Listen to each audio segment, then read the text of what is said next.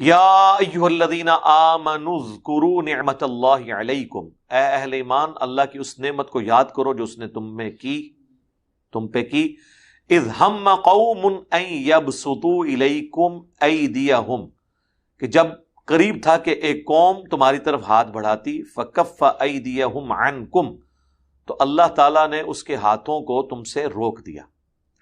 Basically اس طرف اشارہ ہے کہ ذرا دیکھو یہ کوئی معجزے سے کم تھا کہ چند لوگ تو مسلمان تھے اور پورا مکہ کافر تھا، 13 سال تم وہاں زندگی گزارتے رہے ہو۔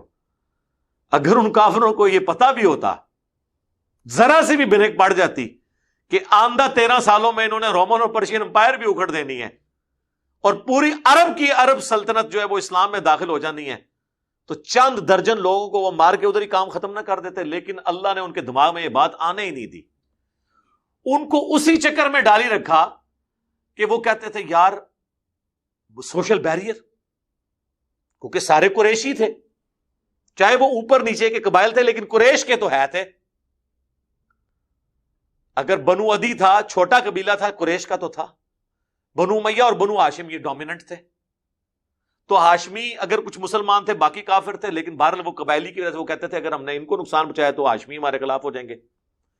تو پھر ان کو یہ ہوتا چلو 100 کروڑ قریش تو ہے نا۔ پھر حج کے لیے مشرکین عرب وہاں آتے تھے، وہ کہتے تھے کہ اگر یہ بات ان کے لیے بہت بڑا، یہ بھی جنہوں پنجابی کے اندر میڑا ہوتا سی کہ لوگوں میں یہ باتیں ہوں کہ یار یہ قریشی تو آپس میں لڑتے رہتے ہیں، یہ تو اپنے بھائیوں کو مارتے ہیں، ان کو قتل کرتے ہیں۔ اس لیے آپ دیکھیں مکے میں جتنے مظالم ہوئے ہیں نا، کسی قریشی پہ کوئی ظلم نہیں ہوا۔ آپ نہیں دکھا سکتے کہ عبد الرحمن بن عوف کی کبھی پھینٹی لگی ہو یا سعد بن ابی وقاص کی لگی ہو۔ بیچارے غریب لوگ، غریب آج تک پیس رہے ہیں۔ حضرت بلال، حضرت خباب، یہ غلام تھے بیچارے، ان کے لیے بھی حکم تھا تم صبر کرو۔ اور اس کے پیچھے حکمت یہ تھی کہ اگر ہم نے اس وقت اپنا ریٹیلیشن شو کی نا تو یہ تو ساروں کو ختم کر دیں گے۔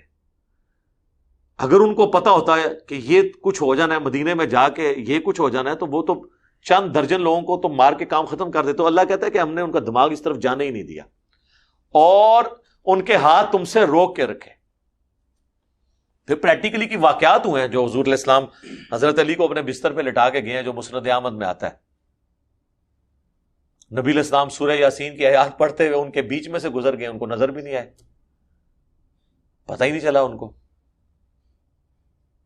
پھر ایک سفر کے دوران بخاری اور مسلم دونوں میں آتا ہے، نبی علیہ السلام ایک درخت کے نیچے آرام کر رہے تھے اپنی تلوار لٹکا کے، تو ایک عرابی شخص پینڈو آیا، اس نے حضور کی وہ تلوار اتار کے آپ کے اوپر سونت لی۔ اس کی پوری ڈیٹیل دلائل النبوہ امام بیہقی کی کتاب میں ملتی ہے۔ اور کہا کہ محمد تمہیں مجھ سے کون بچائے گا؟ انہوں نے کہا اللہ بچائے گا۔ بس اللہ بولنے کا اتنا اثر ہوا کہ اس کے ہاتھ سے تلوار ہی چھوٹ گئی۔ تو یہ اللہ نے روب طاری کیا تھا، ورنہ مجھے بتائیں یہ کس لیول کا ایک کانفیڈنس ہے کہ ایک بندہ آپ کے اوپر تلوار تان کے اور آپ نہاتے ہیں اور آپ اس وقت بھی کہہ رہے ہیں اللہ مجھے بچائے گا۔ بچایا۔ غزوہ تبوک کے موقع پر حضور پر قاتلانہ حملے کی کوشش کی گئی، اللہ نے بچایا، ہر موقع پہ بچایا۔ تو اللہ تعالیٰ ماتا ہے یہ ہم نے ہاتھ روک کے رکھے ہیں، ورنہ تم شاہی کوئی نہیں تھے۔ یہ ایسا اللہ تعالیٰ پردہ ڈال دیتا ہے کہ انسان کو پتہ ہی نہیں چلتا۔ میں یہ کہتا ہوں نبی علیہ السلام کی تو مبارک دعوت بہت بڑے لیول کی دعوت ہے، اس کی تو ایگزامپل انسانی ہسٹری میں نہیں پیش کی جا سکتی۔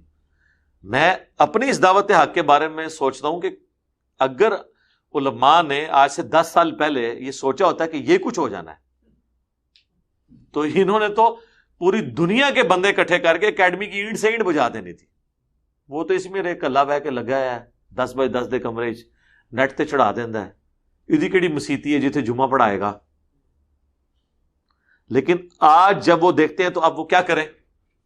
اگر ان کو اس وقت بتایا جاتا کہ مسجد تو آپ کی ہوگی لیکن اکیلے امامت کے مسلح پہ آپ کھڑے ہوں گے، پیچھے جتنے کھڑے ہوئے ہوں گے نا ان کے عقائد و نظریات وہ ہوں گے جو علی بھائی قرآن و سنت کی روشنی میں بتا رہے ہیں، تو ان کے لیے تو یہ چیز ہضم کرنا ہی مشکل ہو جاتی ہے۔ وہ کہتے ہیں سب سے پہلے تو اس مسئلے کو ختم کرو۔ تو یہ اللہ تعالیٰ ایسا پردہ ڈالتا ہے، لیکن اس کے لیے پھر کنفرنٹریشن کو آپ کو اوائڈ کرنا ہوگا۔ نبی علیہ السلام نے مکے میں پیسیو ریزسٹنس کی ہے، اجازت نہیں تھی کسی کو۔ حضرت بلال کو اگر تیل پہ اس پہ ریت کے اوپر لٹا کے پتھر ڈالا گیا نا تو یہ کہا گیا کہ آپ نے برداشت کرنا ہے، ورنہ تو آپ ایک بلی کو بھی ایک کمرے میں قید کریں وہ بھی جھپٹ پڑتی ہے بندے کے اوپر. یہ کون سے لوگ تھے کہ کوئلوں پہ لٹایا تو لیٹ گئے ہیں؟ حکم یہی تھا کفو ایدیکم، جو سورہ النساء میں ہے کہ مکے میں حکم تھا اپنے ہاتھوں کو بندہ رکھنا ہے، تم پہ کوئی بھی ظلم ہونا برداشت کرنا ہے. اب انہوں نے ظلم برداشت کر کر کے ان انٹینشنلی جو باقی کافر تھے ان کے اوپر دھاگ ڈال دی کہ یار یہ اتنے مضبوط ہے اپنے ایمان میں کہ اتنی تکلیفیں سہ رہے ہیں اور ایمان نہیں چھوڑ رہے ہیں، تو یہ ان کے سچ پہ ہونے کی دلیل ہے. یہ رو پڑ گیا. تو یہ اللہ تعالیٰ انسان کو حکمت سجھاتا ہے اور پھر اللہ تعالیٰ ہی اس دعوت کو اٹھاتا ہے جو سچائی کی دعوت ہے. یہ حقیقت بات ہے. توفیق الہی کے بغیر کچھ نہیں ہو سکتا، ورنہ آپ جتنے مرضی ریسورسز پھونک دیں، آپ ہزاروں لوگ لگا دیں، کچھ نہیں ہوگا. پاکستان میں اس وقت دیوبند کے تقریباً 50,000 مدارس ہیں، 5 لاکھ سے زیادہ رجسٹرڈ علماء ہیں جنہوں نے مولانا فضل الرحمان کے ہاتھ پہ بیعت کی ہوئی ہے. لیکن آپ ان کے سارے علماء کی ویورشپ جمع کر لیں، یار ان کے تو کروڑوں میں فالورز ہیں، تو وہ بھی نہیں دیکھتے، وہ بھی نہیں فالو کرتے. تو یہ اللہ تعالیٰ کی حکمت ہے. اللہ تعالیٰ اس معاملے کو لے کے چلنے والا ہے. ربنا آتنا من لدنک رحمہ وہیئ لنا من امرنا رشدا. اے رب ہمارے، ہمیں اپنے پاس سے رحمت عطا فرما اور ہمارے کام میں کامیابی کی راہ مقرر کرتے. آمین. واتقوا اللہ، اللہ سے ڈرتے رہا کرو. وعلی اللہ فلیتوکل المؤمنون، اور اللہ ہی پر بھروسہ کرنا چاہیے اہل ایمان کو. حسبنا اللہ ونعم الوکیل. آمین. نبی الاسلام کی یہ دعا ہے صحیح بخاری میں.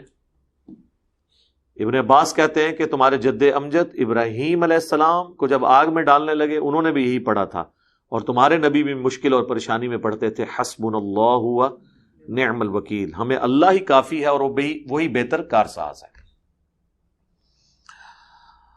اور صحیح مسلم میں حدیث ہے نبی علیہ السلام قرآن کی تلاوت کرتے ہوئے نماز کی حالت میں بھی جب کبھی اس طرح کی آیات آتی تھی تو آپ اللہ کی طرف متوجہ ہوتے تھے، دعائیں مانگتے تھے.